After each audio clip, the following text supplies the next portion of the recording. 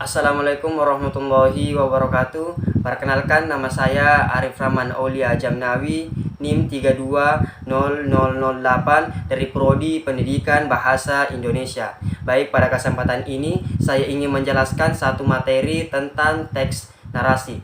Pengertian teks narasi, di mana teks narasi adalah salah satu jenis teks pola pengembangan paragraf yang berfungsi untuk menceritakan suatu peristiwa atau kejadian secara beruntun dan mendetil dari awal, tengah hingga akhir dengan urutan waktu atau sifat kronologis. Tujuan dari teks ini menceritakan kepada pembaca seolah-olah berada dalam cerita tersebut, atau dengan kata lain mengalami hal tersebut dan membawa wawasan pembaca.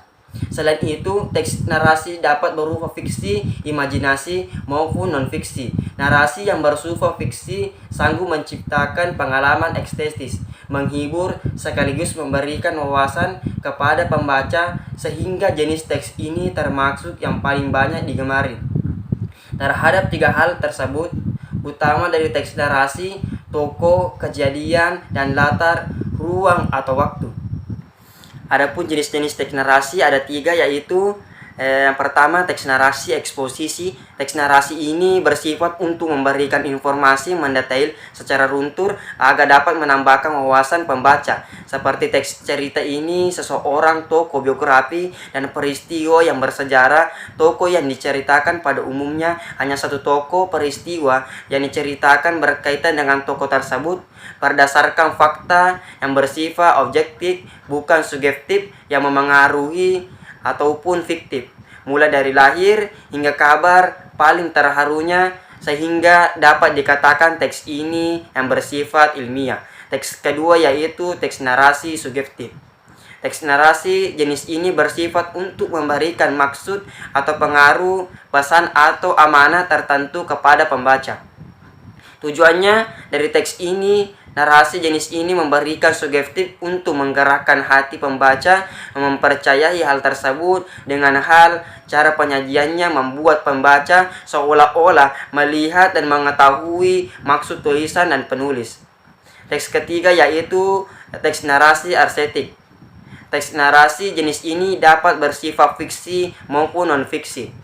Pada umumnya imajinasi dengan menggunakan bahasa kiasan atau lambang logatif dengan tujuan memberikan fakta pembaca sebuah hiburan. Teks ini mengandung amanat dan pada umumnya bersifat tersirat. Adapun ciri-ciri teks narasi ada 4, yaitu teks narasi bersifat peristiwa, baik nyata, imajinasi, maupun gabung dari keduanya. Yang kedua, teks narasi terdiri atas beberapa paragraf yang tiap-tiap paragraf melintik beratkan pada perbuatan atau peristiwa sehingga berusaha untuk menampilkan apa yang terjadi.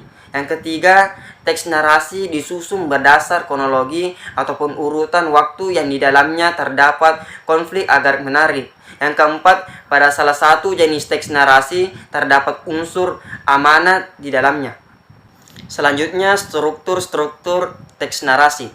Ada 4. Yang pertama, orientasi.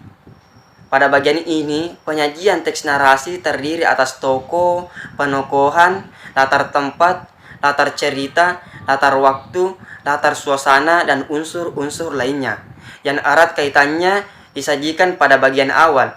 Bagian ini perlu dibuat semenarik mungkin menjadi kesan pertama pembaca agar dapat membaca teks narasi seluruhnya. Yang kedua, komplikasi. Bagian ini mulai menghadirkan konflik yang nantinya akan berkembang makin rumit sehingga mencapai klimaks, yang setelahnya anti klimaks dan berangsur-angsur akan menghilang. Yang ketiga, resolusi, di mana bagian ini menyajikan jalan keluar dari konflik sehingga berbagai permasalahan akan terselesaikan dan sebagai tanda cerita akan berakhir.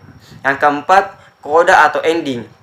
Koda atau ending adalah bagian pada teks narasi yang menyajikan akhir dari cerita. Akhir dari sebuah cerita dapat berupa akhir yang bahagia, akhir yang sedih, akhir yang menggantung.